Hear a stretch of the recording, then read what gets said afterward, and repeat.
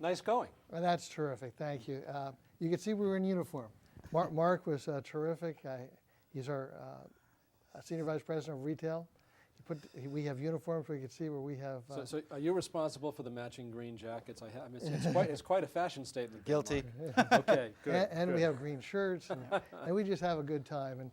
And we do that, and we couldn't have been bigger than a third of all banks in the U.S. in about a year's time if we didn't do that. We have a good time. We have a service model. We're different than all other banks. We don't even have teller cages. We invite everybody to come down if, as I said in the screen, on the screen in the video.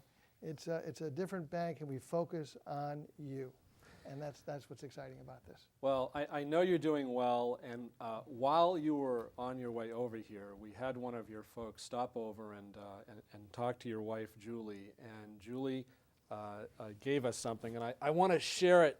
I want to share it with folks because what a terrific. This is the Stevie Award, is what this is. So I know that this is something that you must be very, very proud of. And that's a good shot right there. Look at that. Presented to Tony Nuzzo, First Commons Bank. So tell me the significance of this as we wrap up, because this has to be a source of pride for you. Well, it is a source of pride. It's a source of pride, I think, for everyone in the bank. It's really a testimony to our shareholders, especially to our board, to my wife, to Mark's wife, Jillian, who is also very much involved with helping us, everybody in the bank. And it is a big national award. But you're in pretty good company with this award, right? Yes, Steve Jobs won one for his category, and Larry Ellison won one for his category. And it was very interesting. When my name was announced, nobody knew who I was, but it was kind of interesting to watch what happened. It was sort of a Cinderella story. Well, people are going to start to know who you are right now. There's lots of banks around here. I wish everyone well, but I especially wish you and anyone in the city of Newton that steps up, regardless of how long they've been in town. But kudos to you for being a new business in Newton and continuing the tradition of doing business and giving back to the community as well. I just want to say thank you for that, and thank you for everything you've done so far, and lots of good things to come in the future, I'm sure. Well, thank you for putting a high-quality program, which we were proud to be a part of, and wish you continued great success. Thank you. Tony Nuzzo, Mark Jurilla from First Commons Bank, thanks very much. Panera Bread comes to Newton Center. It's wonderful when you invite guests that bring food. We'll talk to them right after this on Newton Newsmakers. Right back in a minute. The Angels from the Attic are helping Alex's Lemonade Stand Foundation. Let's take a look. There's lots to do. We made signs, a stand, and now lemonade. We're open for business. Help others. Get your lemonade. We sold every drop. To find out more, please get your parents' permission and visit our website. And thank you.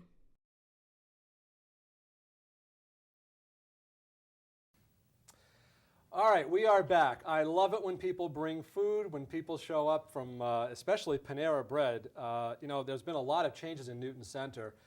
We talked about the business climate. Panera is a terrific new addition to Newton Center, and Gregg, Godfrey, and Mary Pat Joseph are here with us from Panera. First of all, thank you both for coming. Welcome to Newton. Thank you, Charlie. Thank you. And you have brought along a wonderful array of dishes from Panera. Now, before we sort of dive into the food side of things, I didn't realize how huge Panera is. I mean, this is an extremely large company, but it's based on a collection of smaller companies. And Au Bon Pain, I think, was part of the original part of it, and out in the Midwest. And tell us a little bit about Panera Bread itself, and then we can talk about why Newton and why now. Sure. Well, Panera Bread, Ron Shake is our executive chairman on the board, and Ron Shake was a co-founder at Au Bon Pain, and he had gone out to St. Louis to see St. Louis Bread Company, and that's where he met Ken Rosenthal.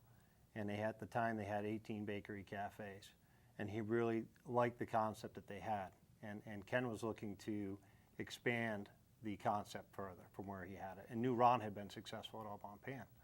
So Ron came back and spoke with his team and made a decision to talk to Ken and actually bought St. Louis Bread Company. Ultimately sold Au Bon Pain because he saw the vision to develop Panera into what it is today. Okay, so every company, every restaurant, every brand has its own unique marketing position, perspective.